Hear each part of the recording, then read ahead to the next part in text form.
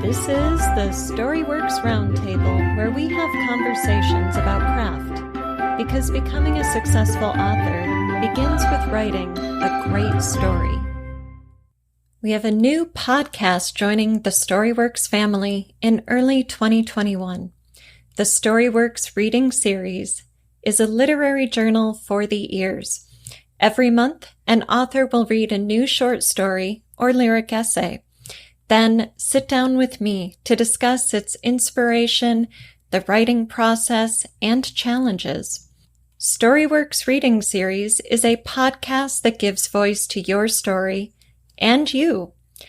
Let your writing and reading friends know about StoryWorks Reading Series, and if you're a writer, go to storyworkspodcast.com/submit. Read our submission guidelines and send us something. I am so looking forward to reading your work and even chatting with you on the podcast. Hello and welcome to this week's StoryWorks Roundtable. Robert, Carlee, and I are talking about bringing all of your senses into your narrative. So if you haven't caught the last two episodes, Carlee is filling in for Catherine while Catherine is taking a break.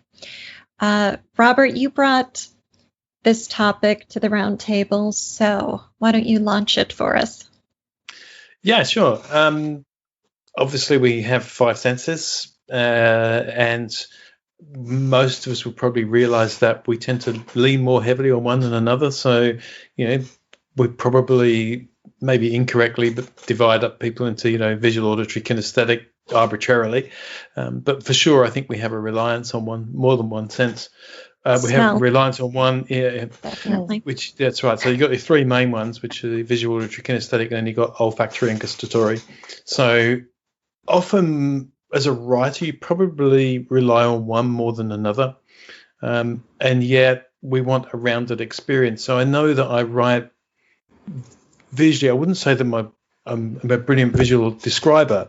That's not what I mean. What I mean is I lean into my visual sense when I'm drafting. So it's definitely a movie in the head, and that might be common experience for lots, and it is a good way to write, I find, because you can cram a lot of information visually. It's our fastest sense. Anything else is much slower. So auditory is slower because we have to listen out for sounds, or we have to let a tape roll or a recording roll in order to get to the end, whereas you can quickly pass through visual images very, very fast. So that's helpful when you're writing. But if that's all that the reader is experiencing when they're consuming the story, then it may feel, and they may not understand why it's missing something. And I was struck with it, and the reason why I brought it to the round table is I was struck with it. I was reading something yesterday, and sci-fi as usual, and they're in a parallel world, and it happens to be prehistoric, but it's a weird parallel world because it's modern day prehistoric in the sense that we never evolved past Neanderthals, so there are dinosaurs and such, and they've had a night in some desert type of area, and the woman wakes up and she realizes that, where's my coffee? I don't have any coffee. It wasn't the first thing I leapt to, I must admit, but it was one of those little humorous moments. And then all of a sudden she smells that one of the guys who's coming on the party through the portal with them has remembered to bring a flask of coffee. She said, "Oh God, I could kill you for that." But it's this, and so she wafts the cup in front of her nose, and it's almost enough to fire up all the body's adrenaline and get her woken up. And they're all battered and bruised. They've had some, I don't know, big epic fight or something that happened, so they're not in the best of condition. There's blood and cuts and such. And in the middle of all of that, there's the smell of coffee. And I just thought that was ingenious. It was not something I would have necessarily written in first draft, because I'm leaning into what I'm seeing in my head. And even if I saw the coffee, I would just write about it as, he handed me a coffee. That would be it. I would have to come back and think about. So I know I've had to come back and go through some scenes where I felt that they were not lackluster maybe, but they were not as dimensional. And when I've looked through it again, because of my NLP training and thinking about those different sensory inputs, I've realized that I've just lent very heavily into the visual. Okay, if I put some more in here are some more feeling components, or some, not just dialogue, because that's auditory digital, it's called, which means it has no emotional connection. So a sound itself, and I'll stop rambling in a minute, but the sound itself. So we hear the sound of a doorbell, or a mobile phone. That's something that creates a trigger. So it has some form of anchor. Whereas if somebody says something, that's only a meta anchor to an experience. So if somebody says doorbell, that's a different thing to hearing a doorbell. So that's what I mean by the senses, is trying to bring them in probably more in revision mode, but also understanding where you tend to lean.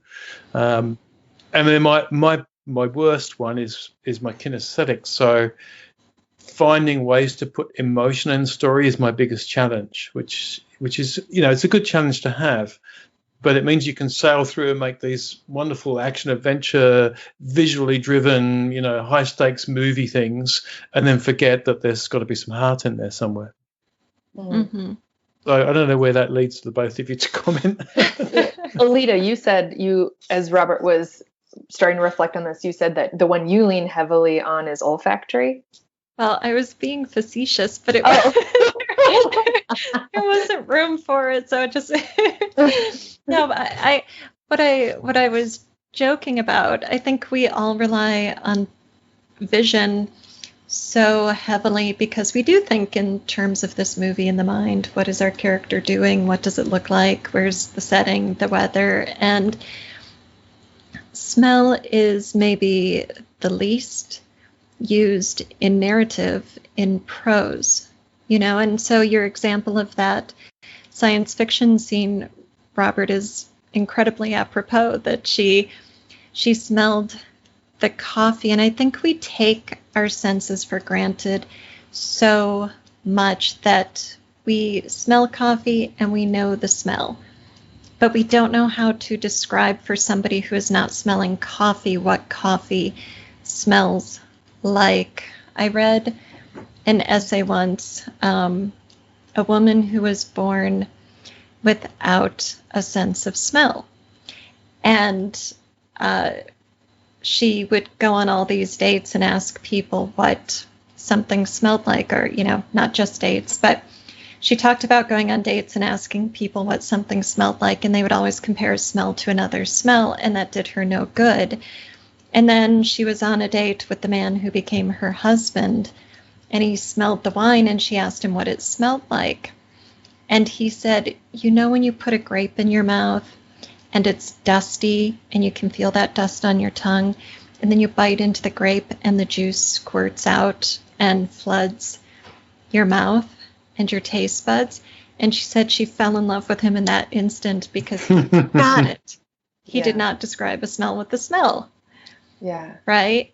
And as a writer, when I read that, it was such a powerful realization of how we rely on just sort of the visual, or using the same sense to make a comparison to the thing we're describing, and I think that's limiting. I think it's self-limiting, because how much richer is it to talk about the dusty grape that then floods your mouth with juice?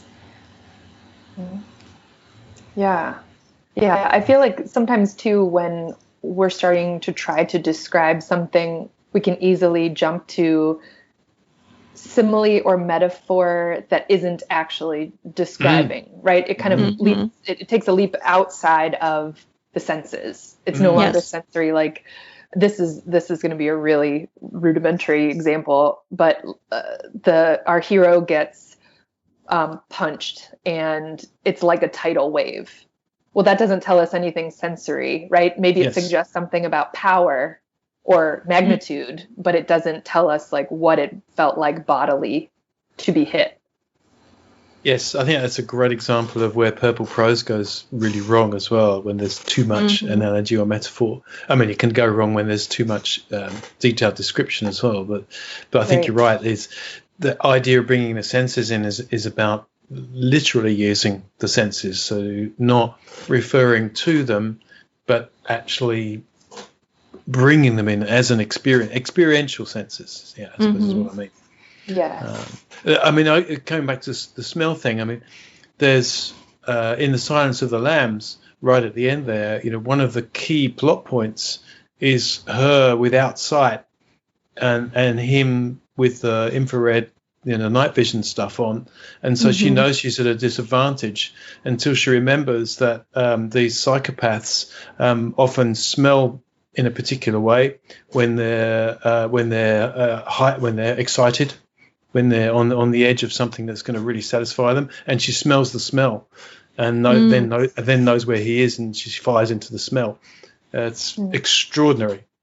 So that is. And that's so interesting, the idea of putting our character into a situation in which one of their senses is taken away, right? So what is the situation that takes that sense, takes sight away, or, I don't know, can't hear and needs to hear. So how does the character compensate for that, in a particular moment, of conflict or confrontation? Yeah. I mean, you read this a lot in action adventure, and if there's bombs going off or guns being fired, everybody can still hear and talk just fine. Yeah, surprisingly. It's not going to happen. Right. You're going to be marginally deafened for a while. So it's when it's a good author, you're reading it. Oh yeah, there's ringing in the ear. There's the sense of muffled. Someone's talking to me, but it's muffled. I don't know what it is. There's disorientation, which can come from spinning heads, other kinesthetic senses. So I do think we don't give it enough credence in terms of making the experience very powerful the transportation experience very powerful for the reader. Yeah. I'm having a memory, Robert, when you first brought this up, about the senses.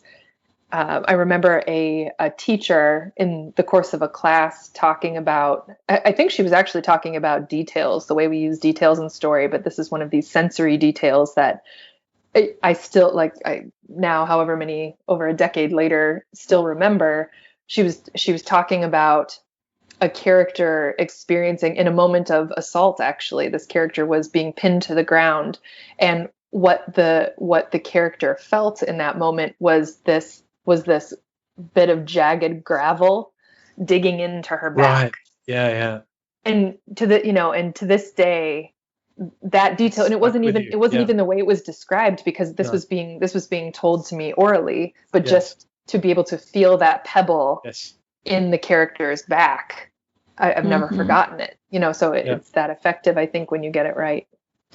Right. Well, and that points to the use of specific detail as well. So, smelling coffee in and of itself isn't extraordinary, but you put that in a prehistoric setting with dinosaurs and it becomes unique to that story, specific and memorable. And, zeroing in from this horrible situation in this larger scene to a pebble, to something that small, it becomes incredibly significant and memorable in that moment. And so, it's not just remember that we have 5 senses and use more than vision in your story, but choose wisely.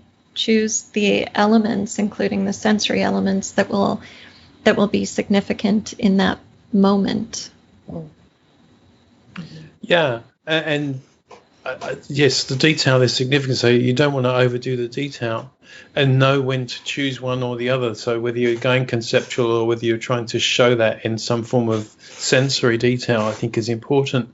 I think when I was early writing, and somebody must have entered a competition or something, and a judge came back and saying needs to do more showing and less telling, and I didn't understand it because I worked so hard on that. And when I went back and reread it, I realized that what I was doing was kind of explaining conceptual feelings as opposed to delivering the sensory experience of that. And I think that's a common fault or flaw of new authors, is you don't realize that if you say, she felt afraid, I mean, we know that now as experienced editors, that's telling, but it can feel like when you're first writing it that, I'm showing that she's afraid. No, that's not quite the same as, the hairs on the back of my neck standing up. So those little details really make such a huge difference to a compelling story compared to one that, is, okay, it's readable, it's good, it's, moves along. So that I like to try and look at the difference between conceptual, which requires the reader to translate in their mind. So if I say I feel afraid, my way of experiencing being afraid is different to the two of you. I'll experience different body sensations. And so whatever we say conceptually in our story, the reader is going to interpret whatever way they want. And there are times when that is exactly what you want, because you want to just cast a broad net. Yes. But there are times a very specific, powerful scene turn, and that's when I think drilling down to that sensory level of detail. So as well as the more macro thing of, don't rely too heavily on one, there's also times to be very, very detailed with them, like the sharp piece of gravel in the back, which is a fabulous example. You probably don't remember any of the rest of the story other than this one part. It's like, yes. Right. I don't know, but the gravel was sharp. That pebble was brilliant. Yes. Yeah, as we're talking, it has me thinking about when to focus on external senses and when to focus on internal senses, like the way something feels bodily, physically, or emotionally. Part of my COVID TV binging, I've watched Outlander recently, and there's a scene in which one of the protagonists is having his hand smashed by the villain, and of course in film we have sight, we have sound, we have other sorts of sensory manipulation, like whether or not there's background music or sound effects. Of course, we focus with words. We can spotlight or zoom in, zoom out as well. But, you get the character's screams. You see the hand being mangled. You see his facial expressions. But what you could have in narrative that you can't have in film is the internal senses. But maybe you don't need that. Maybe you leave that up to to imagine, to create her own internal experience of what that is like, and you just focus externally. Or maybe it's more powerful. Maybe it's enhancing to go inside and describe the feeling of bones being smashed or of muscles being torn. What do you guys think? Is there like, how do you choose? How do you feel your way through that question of internal, external? Genre to some degree, I think. Yeah. Point of view decides a lot for you, I suppose. Because I'm thinking specifically about the example you used, and here's where I don't want to rile up the Outlander fans, but I think in the book, if I'm remembering correctly, it's from you, so we couldn't be inside Jamie's body to know, as I just spoiled all of that for anyone. but then also I don't remember the moment in the narrative, but I think at some point he after the fact he explains some of what happened to him. So that's an interesting way in which we, the reader, receive what happened kind of second, like two steps removed. It's a character telling the point of view character. And then, but we're not seeing it in real time. This is really nerding out on the narrative of Outlander, and sorry if I'm getting that wrong for anyone who knows this better than I do, but I think that's interesting because what your limitations are in the narrative versus what they are in film are so different. Right. But unless you're in a first person point of view, even if it is the point of view character who's having the physical experience, you have the choice as narrator whether to give us the external visual, auditory view of what's happening, or to go inside to that character's perspective. You can go in or you can stay out of that point of view's lens as the narrator unless you're in first person, and then the choice is how immediate is it versus how much, chronological distance does my narrator have from my character. Does And it come down? Yeah. I think it depends too on the tone of the story, on how graphic you are, what you've already set up in terms of your readers' expectations, how much your internal, whether that would push the graphic line too far in your story or not. I know, Carlee, you froze on my screen for a second, but I think you started to say something. Along those lines, also perhaps the intensity of the experience, intensity of the experience for the character.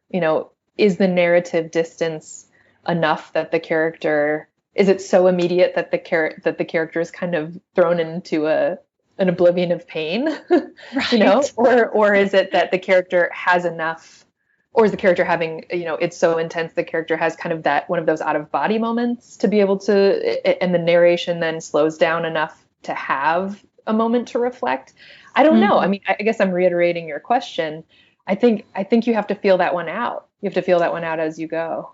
Yeah, and I think from, what I've read and heard about these kinds of trauma, we can look back at the example about the pebble, where even if somebody doesn't have an out-of-body experience, there's a kind of dissociation that occurs where you zero in on the pattern in the wallpaper or on the pebble pressed into your back so that you don't have to be present for the full body of pain, that you're living through. So that is another interesting way to play with our point of view characters' sensory experience and what we include in the narrative, because maybe you don't want to give the reader the full-on hammer blow to the hand, but you shift to the protagonist's sensory experience of, the pebble or the pattern or the light on the wall or whatever.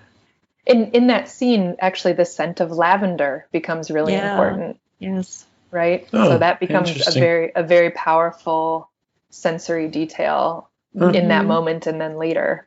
Right. It echoes in, a few points, at least throughout the narrative. Oh, interesting. Yeah. Yeah. So that's a very clever use of a few things. I can remember in that just triggered something for me. I remember there was a theatre act that came to Sydney once, and I didn't go to it, but some friends went to it. They performed in the open air by the Opera House, and they had the full sensory experience. So when the actors were eating pizza, they pushed the smell of pizza around the audience. They did all sorts of things that were really innovative in terms of trying to get. I mean, there are plenty of cinemas that have tried to do the same thing. Of course, we've got those seats that will rumble when the And you got for people who are game players, you got all the haptics that sort of make things feel more real, like steering wheels on cars and things like that. So it's interesting that you can take those examples, I suppose, and bring those into. But I like the juxtaposition, though, of the fact that we've got this hand crushing moment, but there's also this delightful smell of lavender. Yes. That's and then you create that association for both the character and the reader, which is why it becomes so important when it echoes at later moments in the story, because now the smell of lavender is not just the smell of lavender. It's not this lovely floral scent. It's, associated with torture and then becomes triggering, and also connected to the antagonist. So there's this darkness associated with the scent of lavender whenever that recurs. Well, that's true. You've got the power of the sense as well, because the olfactory sense cuts straight through to the limbic system. So as soon as you smell something, it's going to evoke an emotion. It may be meaningless, but for many of us, there are certain things that if we smell them, transport us. Yeah. And you've got to be careful with that too as well. If it's something that's very unique to you, and you write it into your story, the reader's going, oh. Whenever I smell concrete being cut, I don't get transported to Right. whatever. Right. But, it's typical for people to smell a certain perfume and be transported to a time in their life when they met someone, or, you smell a certain, I think for me, there's a certain combination of basil and garlic that takes me to the very first time I ever went to Greece. And it's just, you just can't get away from it. So those sort of things, it's clever what the writer has done there in Outlander by linking, by re-anchoring lavender to something that's now become unpleasant. You can use that as a vicarious power in the book to transport the reader back. That's extraordinary. Mm-hmm. Yeah, and I don't think lavender, at least in the show, was introduced before the torture scene, but you could certainly change the meaning of something. So maybe somebody's first crush always wears patchouli, and so patchouli is this wonderful exotic aroma that makes him think of love, and then the crush breaks his heart, and now all of a sudden he can't stand the scent of patchouli, and so when in the present day he smells it, he instantly hates that person before he's even met them, because it's so triggering for him.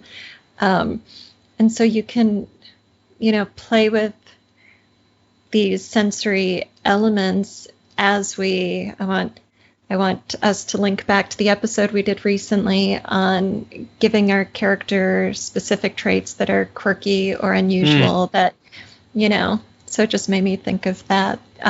Thinking of senses and the effects they have on us can be a great way to create a trait in your character. There's a lot to unpack, isn't there, really, when it comes down to it, that you can do to bring a story more to life with the sense by focusing on the senses more. Is there a point where you tend to focus on that more? Do you do it? Do you feel yourself doing it in revision? Are you conscious when you get to a certain scene that you want to write it with particular senses in mind? How do you approach that? I think I know when I'm drafting, because if it's not happening, I pick up on its absence a couple of pages in, and then I get grouchy with myself for not doing it. I'm like, what does this need? What am I not putting in here? So I think it's fairly intuitive as I'm creating the whole experience, but I'm definitely not, consistent or perfect with it. So then I start noticing the lack of it. I've been doing too much of one thing, or too much narrative, or I've been too outside my point of view character's body, or, I think I sense when one wheel's turning and the other wheels aren't, but it might take a few pages to pick up on it, which then leads to revision, Right. Yeah. I think, go ahead, Robert. No, you go on. Yep. Well, I think some of the stronger sensory moments that have happened in my fiction, and actually nonfiction too, come to think of it, oddly enough, are things that came out partially in initial drafting, but then when I went back, I recognized their potential and either pressed on them a little bit more or tried to play them up, I guess. Yeah, and sometimes it doesn't take much. It's just a tiny detail that you add that fleshes out the experience. It's just, as you say, Alida, I think it's the sense of something missing. But I like the idea of how much do you want to lean in or out of that as well. I think that's important. We could go over the top and say, well, I've just done this entire scene very visually, but it works. So, so I think the idea that we come back to, it's like the episode we were talking about, when is something done, it becomes probably at the end of the day just a feeling. You're reading it, it feels right now. I don't need to add any. If I add any more about all the specific smells, it's just going to seem contrived. Right. Yeah, and I think our scenes will suggest certain senses to us. So depending on what the character is doing, what's happening, it might make sense to go olfactory, or it might make sense to rely on the visual. And if we can play with that, work with that, but then also find ways to mix it up where that one or two significant details comes in. That's what can make it fresh. That's what can bring the scene alive. You know, if you go through a portal to prehistoric times, you expect to see giant tropical plants and dinosaurs and maybe hear a roar or a crashing somewhere, but then to suddenly smell coffee in the midst of that, oh, we just got a surprise. And isn't that fun? Yeah. Ta-da. Any final thoughts on working with senses? I encourage everyone to go to their work in progress and just pick out, particularly if they're key scenes, and go through it. Okay, have I brought in all of the senses enough? Or can I bring in more to make this even more stimulating for the reader? Mm-hmm. I like to go into those scenes and literally close my eyes, which is interesting now that we're talking about when we rely too heavily on the visual sense, but to close my eyes and ask myself, and this is borrowed from another exercise I learned long ago, and ask what's there. And then what is the answer to what's there? Sometimes it's visual objects. Sometimes it's the sound, the smell, what's under the character's feet, what's under the character's hands. But what's there, I feel like, is broad enough to allow kind of a brain dump or like a brainstorm of, or to even to sink in a little more deeply in the scene, to put yourself in it. I've found that works, especially when I feel like the scene is just, something is missing, something is flat. Well, what's there? Yeah, I love that, because we do so much work with the conscious mind, and then what's there with the eyes closed, I'm sure lets the subconscious mind pull something forward. So there's our inspiration for, working that scene to something new, something surprising or beautiful. Yeah. If you just listened to the StoryWorks Roundtable, chances are you're a writer. So grab that story or essay that you have been polishing, refining, crafting, and shaping for an audience of readers and listeners, because I would love to read your work and see you on the other side of this microphone. StoryWorks Reading Series gives voice to your story and you. Submit now at storyworkspodcast.com to be published in 2021. Thank you for listening to the StoryWorks Roundtable. Find all our shows, show notes, and videos at storyworkspodcast.com. Definitely end with something beautiful. Something beautiful.